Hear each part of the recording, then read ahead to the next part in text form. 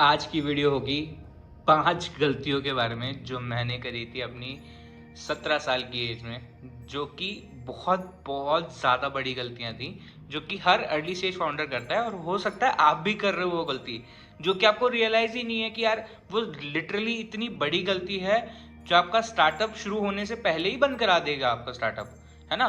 तो वो चीज़ों के बारे में समझना एक अलग चीज़ होती है और उसको थोड़ा सा ना डीप में जाके थोड़ा सा आपको कोई रियलाइज हो, वो चीज़ करना बहुत ज़्यादा डिफिकल्ट होता है ना। तो अब 5 चीज़ें हैं, उन 5 चीज़ों के बारे में मैं आपको ढंग से बताने वाला हूँ कि वो 5 चीज़ें क्या क्या हैं जो आपको गलती नहीं करनी है। पहला पॉइंट उसमें से ये, आपने बिलियन डॉलर आइडिया सोच रखा है भाई, मतलब आप अगर उसको इन्वेस्टर को पिच करोगे या मार्केट में डालोगे बिल्कुल मचा देगा, है ना। पर मार्केट में डालो तो मेरे भाई, सिर्फ और सिर्फ आइडिया होना कोई भी वैलिडेशन नहीं है।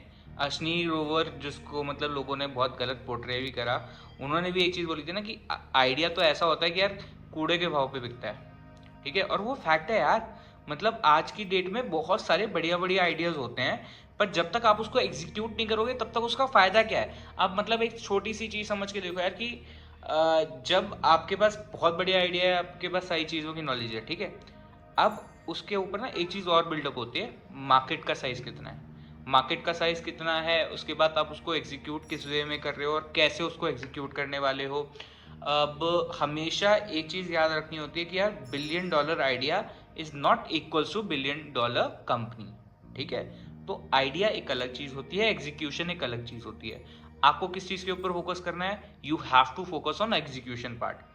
आइडिया तो यार चल ठीक है, आइडिया मतलब स्टार्टअप्स हमेशा पिवट करते हैं। पिवट करने का मतलब क्या होता है, आइडिया चेंज होगा, है ना। तो आप आइडिया को मतलब स्टिक करके मत बैठे रहो, आपको एग्जीक्यूशन के ऊपर फोकस करना है, ठीक है। अब दूसरा पॉइंट ये है कि जब हम बिजनेस स्टार्ट कर रहे होते हैं और हम अर्ली स्टेज होते हैं या फिर हम यंग एंटरप्रेन्योर होते हैं, तो हमें ये लगता है कि यार ये सारी चीज़ें हम लोग कर लेंगे, मतलब फाइनेंस, टेक, एग्जीक्यूशन वाला पार्ट या फिर ग्रोथ वाला माइंडसेट, मार्केटिंग, एचआर, सब हम कर लेंगे। अरे पर भाई मतलब ये चीज़ तो रियलाइज करो ना यार कि एक अकेला बंदा, मतलब अकेला फाउंडर होता तो लोगों को लगता ना यार कि हाँ यार इक्विटी मेरे पास ज़्यादा होगी, सबसे बढ़िया होगा, सब कुछ अच्छा होगा, बट ऐसा नहीं होता मेरे भाई। अगर आप रियलिस्टिक वे में सोचो ना, तो हमेशा अगर आप देखोगे भी, इवन आज की डेट में भी देखोगे, तो 3 से 4 को फाउंडर्स होते ही होते हैं। और मतलब जब वो होते हैं ना, तो एक स्टार्टअप वाली जो जर्नी होती है वो बहुत लोनली जर्नी होती है, आपको समझ में ही नहीं आता आप किससे डिस्कस करो, है ना। तो अगर आपके पास कोई को फाउंडर नहीं है ना, तो आप प्रॉब्लम में अगर कहीं पे फंसे तो आप सोचोगे कि भाई स्टार्टअप बंद करो, खत्म करो। ऐसा मेंटेलिटी आ जाती है जब कोई सोलो फाउंडर होता है, तो ठीक है। अब दूसरी जो चीज़ है उसमें यह है कि यार अकेला बंदा ना कभी भी सारी चीज़ें एग्जीक्यूट नहीं कर सकता, ये मेरा मानना है। और मतलब हो सकता है आपका डिफरेंट मानना हो, पर मेरा मानना यह है कि एक बंदा सारी चीज़ें के ऊपर फोकस नहीं कर सकता। आपको अपनी टीम बैठानी पड़ेगी। टीम बैठाने से बढ़िया भाई अपने को फाउंडर्स ले आओ ना, एक बंदे को आप डेडिकेट कर दो कि भाई तेरा यही काम है, या उस बंदे के साथ डिस्कस कर लो कि भाई तू ये काम करेगा, मैं ये काम करूँगा, बात खत्म, ठीक है। तो ये सारी जो चीज़ होती है, ये सारी चीज़ें ना लोगों को लगता है कि यार मतलब कैसे उस चीज़ को मतलब टैकल करूँ, मेरे को तो ये लग रहा है कि यार मैं ही सब कुछ बना लूँगा, पर ऐसा नहीं होता। स्टार्टअप एक महाभारत है, और आप अर्जुन भी हो ना, तो अर्जुन को भी उनके 4 भाइयों की ज़रूरत पड़ी थी, ठीक है। तो आप अर्जुन बनो, बाकी 4 तो नहीं, 2-3 को फाउंडर्स तो लाओ। तीसरा पॉइंट ये है कि पहले इन्वेस्टर्स ढूंढ लेते हैं, है ना, फिर उसके बाद प्रोडक्ट बनाएंगे।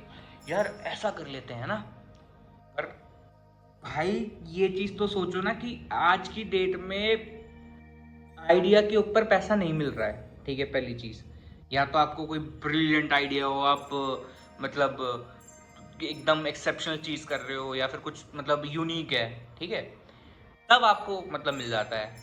पर आपने जब तक कोई प्रोडक्ट नहीं बनाया, जब तक आपने उस प्रोडक्ट को सेल नहीं करा, तो इन्वेस्टर आपके ऊपर ट्रस्ट क्यों करेगा, आप कौन हो भाई, है ना। तो ये चीज़ होती है। अब यार लोगों को लगता है ना कि यार मतलब हमें मतलब ऐसी कोई इन्वेस्टर आ जाएगा और ऐसे ही पैसे दे देगा।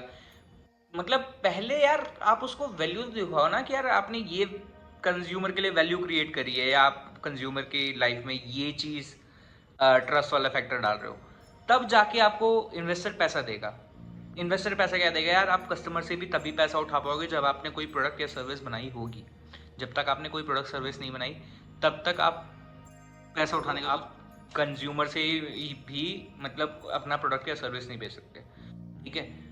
क्योंकि प्रोडक्ट और सर्विस बेचने के लिए आपको, आपके पास प्रोडक्ट तो होना चाहिए ना, तभी तो आप प्रोडक्ट या सर्विस बेच पाओगे, ठीक है। अब बात करते हैं हम लोग चौथे पॉइंट की, जो कि है प्रोडक्ट जो हमने बनाया या सर्विस जो हमने बनाई, ये 140 करोड़ 150 करोड़ की आबादी इंडिया के अंदर, ये सबके लिए। भाई ऐसा नहीं होता है, 150 करोड़ की आबादी है तो उन सबको प्रोडक्ट नहीं बेचा जाता, ठीक है।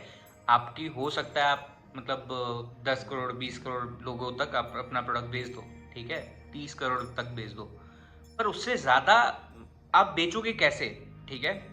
अब उसके बारे में एक और वीडियो बनानी पड़ेगी कि आप 30 करोड़ से या 40 करोड़ से ज़्यादा अगर आपको कोई कॉस्टली 5,000 6,000 का प्रोडक्ट है तो आप कैसे नहीं बेच सकते हो और क्यों नहीं बेच सकते हो, उसके पीछे एक अलग से वीडियो बनाऊंगा, ठीक है, कि वो क्यों नहीं होता, ठीक है। तो आप एक चीज़ डिफाइन करके रखो कि आपकी जो आप जो मैट्रिक्स बताते हो ना इन्वेस्टर की, कि सर 150 करोड़ की आबादी है उसमें से 100 करोड़ को तो हम बेच ही देंगे, ऐसा नहीं होता मेरे भाई। रियल फैक्ट जब इन्वेस्टर को प्रेजेंट करते हो, जब आपको पता होता है कि मेरी आबादी सिर्फ मैं 10 करोड़ लोगों को ही बेच पाऊंगा, तो आपको इन्वेस्टर पैसा देगा, ठीक है। अब जो पांचवा पॉइंट है, ये सबसे मेन पॉइंट है, वो है कि भाई लोग डाउनलोड्स को, लोग फॉलोअर्स को, लोग किसी भी चीज़ को ना रेवेन्यू से मतलब वो कर लेते हैं कि भाई मेरे इतने डाउनलोड्स हो गए हैं तो मैं इतने का रेवेन्यू कर लूँगा, या फिर XYZ, ठीक है। रेवेन्यू जो सिंपल सी चीज़ होती है ना, वो लाला वाला बिजनेस करना होता है ना, हर किसी को, हर स्टार्टअप को। अल्टीमेटली जब आप ग्रोथ पे के लेवल पे पहुंच जाते हो ना, उस टाइम पे बंदा ये नहीं सोचता कि आपका आइडिया कितना इनोवेटिव है।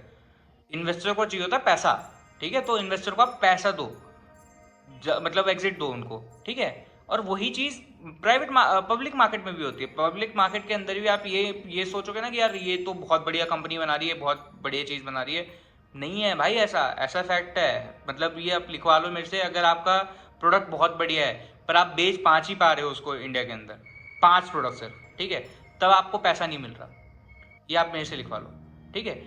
पर अगर मैं एग्जाम्पल के तौर पे बोलूँ कि आपका प्रोडक्ट अच्छा है, आपने डिस्ट्रीब्यूशन सॉर्ट कर रखा है, उसको सब कुछ सॉर्ट कर रखा है, तो फिर क्रैक है ना आपके लिए चीज़ें, ठीक है। तो हर बारी ये चीज़ को ध्यान रखो कि यार आपको रेवेन्यू के ऊपर फोकस करना है, सेल्स के ऊपर फोकस करना है, डिस्ट्रीब्यूशन के ऊपर फोकस करना है। अगर आपने ये 5 चीज़ें जो मैंने बताई हैं वो आपने अवॉइड कर दी, ठीक है, तो आपका स्टार्टअप हो सकता है कि वायरल हो या ना हो, ठीक है, पर आपका जो स्टार्टअप है वो आपके लिए, आपके इन्वेस्टर्स के लिए वेल्थ ज़रूर जनरेट करेगा, आपके कंज्यूमर्स के लिए जो प्रॉब्लम फेस कर रहे थे उसको सॉल्व ज़रूर करेगा। अब आपको इस वीडियो के नीचे जाके सिर्फ एक चीज़ लिखनी है, नो मोर मिस्टेक्स ब्रो, ठीक है। और hope to see you soon, hope to see you wealthy. और इस चैनल को सब्सक्राइब करना, और अपने जो दोस्त हैं जो अभी नया स्टार्टअप शुरू करने जा रहे हैं उनके साथ शेयर ज़रूर करना। Bye bye.